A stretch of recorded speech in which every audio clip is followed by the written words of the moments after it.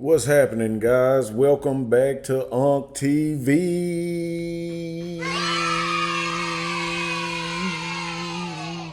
Yes, Unk TV, where we go over everything, man. You know, we go over health, finance, and lifestyle, man. Today we gonna touch on a little bit of politics. You know, I be into the politics a little bit, man. You know, and I be following what's going on. So we got this story going on, man, where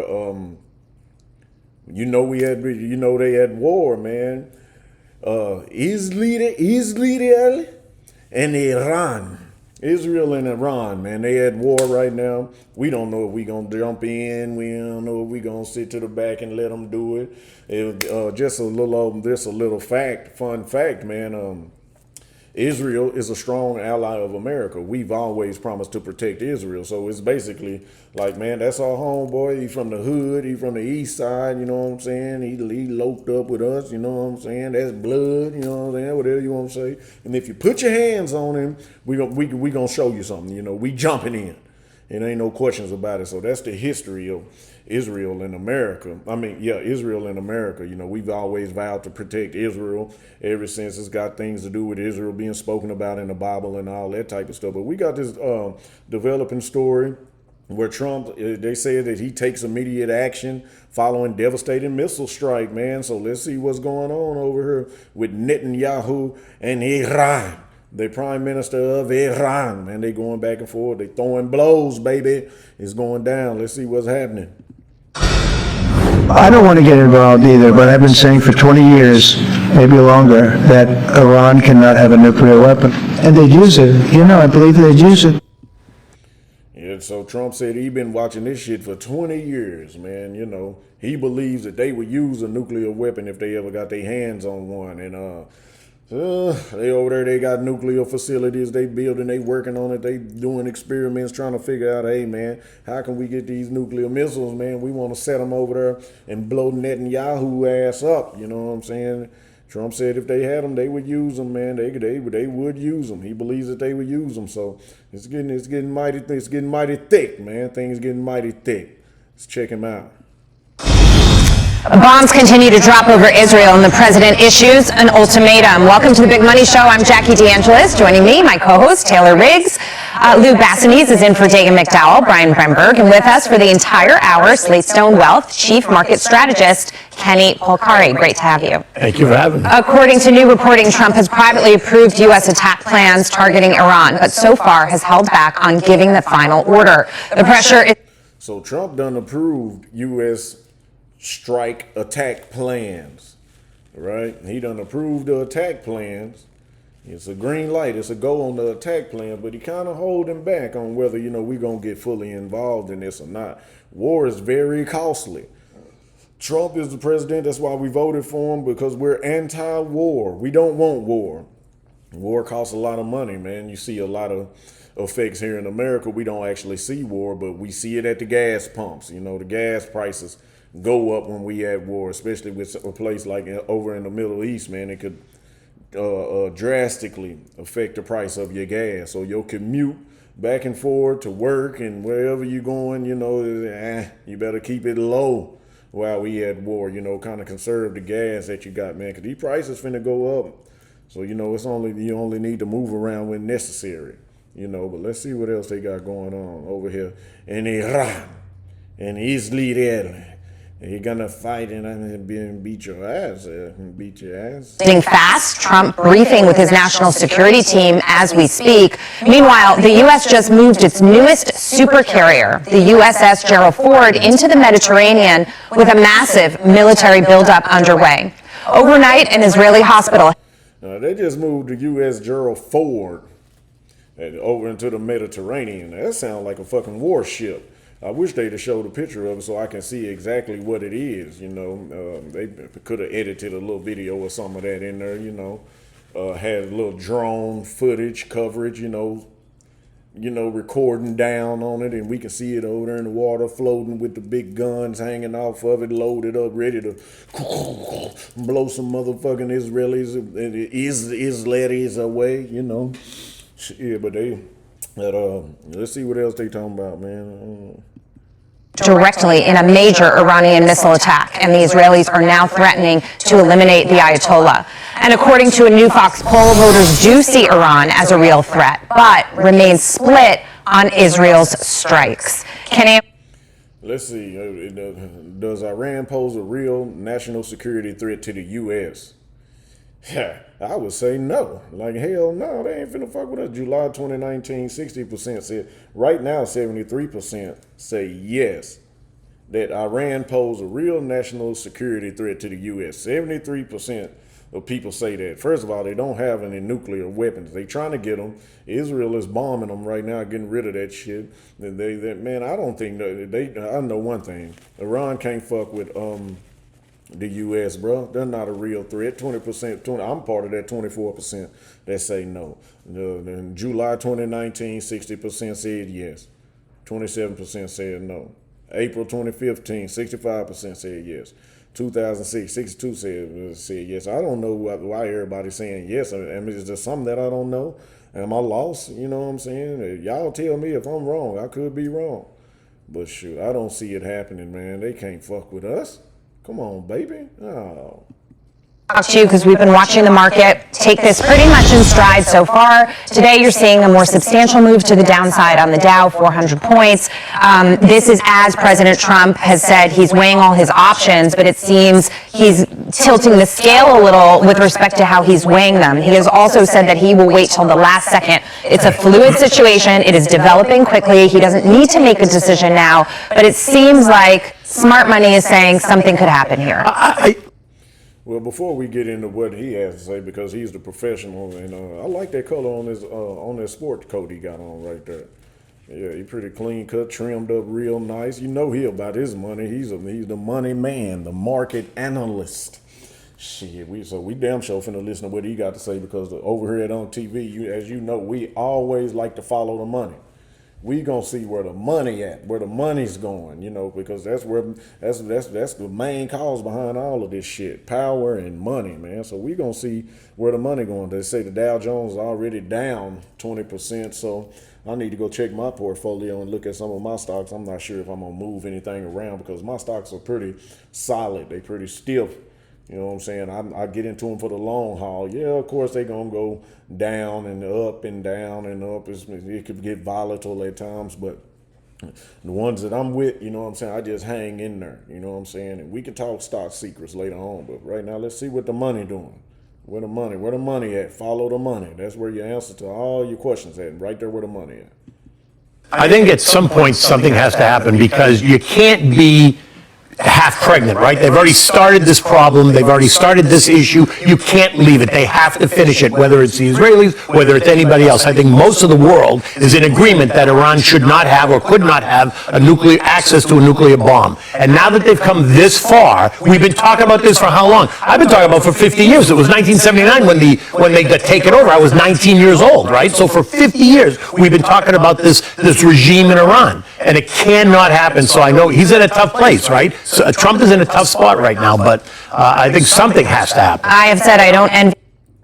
So, you know, they've been talking about this same thing that's kicking off right now today while Trump is in office. That's crazy. They've been talking about that, but like he said, he's been watching it for over 50 years, since 1979. And me, myself, personally, I was born in 79, so, you know, I'm kind of exposing my age a little bit, but that's cool. But they've been saying that Iran cannot have nuclear weapons, man. Those people over there are not your average people, man. Iran, we will get on your ass. They will get on your ass. If you don't believe us, look at Israel. We send massive missile strikes straight to Israel. In Netanyahu, we have precision missile to hit you right in the ass. Right in the ass, Netanyahu. We will blow your ass away. Shit. That's what's going down, man. Let's see what else they got to say. He's weighing these decisions very carefully, understanding the implications and the impact that it could have not only on the region in the Middle East, but globally as well. There could be repercussions. Meantime, overnight, the Israeli hospital that was directly hit from a major missile attack from Iran is in the news today. This is as the Iranians are basically showing that, they give very little consideration to the targets that they're hitting. They're hitting civilian targets. They're hitting hospitals. This is below the belt, even in the means of war, Brian. And so.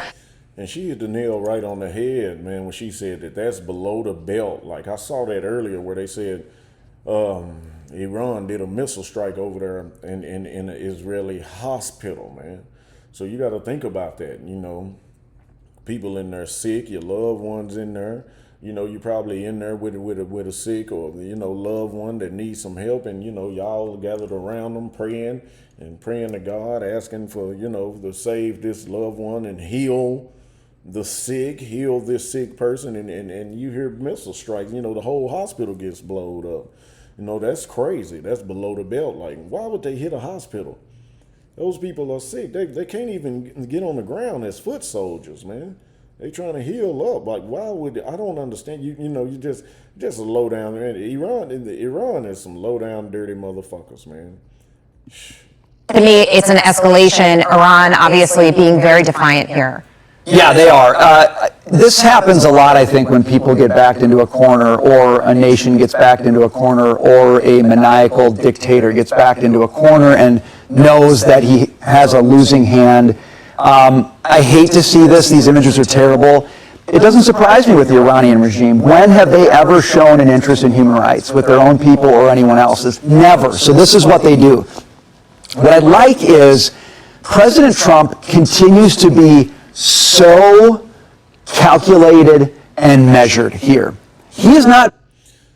Yeah, I like what he said. President Trump is very calculated and measured. And from what I can see on my social media timeline, man, you got a lot of people, black people, my people, anything that he does, they say he's doing it wrong. They think they smarter than him and know what's better for him, saying that he's messing up and why would he do this and why would he do that. But this man is moving with extreme precision. And he's very, very calculated at everything that he does.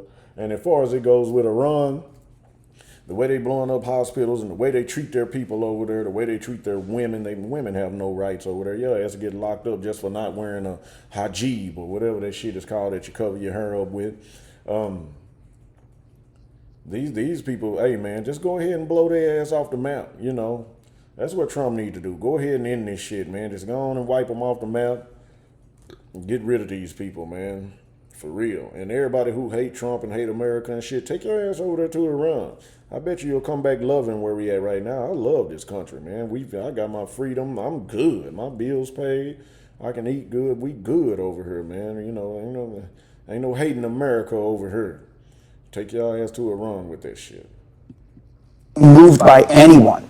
He's not. I don't think he's being moved by Netanyahu. He's not being moved by the Ayatollah. He's not being moved by his advisors. He's listening to them. He's putting option after option on the table and letting Iran see very clearly, we've got these assets. You don't want to know what they could do to you. But he's not being moved by anybody. And his focus, I think, has remained so crystal clear. So Trump is still putting deal after deal on the table, as you just heard him say. And he like, hey, man, this really ain't what you want. So look at this. Oh, you don't like that? Well, look at this. You don't like that? Well, look at this. He putting deal after deal on the table, man, to get them to cease fire, sit their ass down. Hey, we'll make you happy by giving you this. If you stop this, if you stop bombing, if you stop this, if you cease fire, if you stop killing people, we got this in store for you.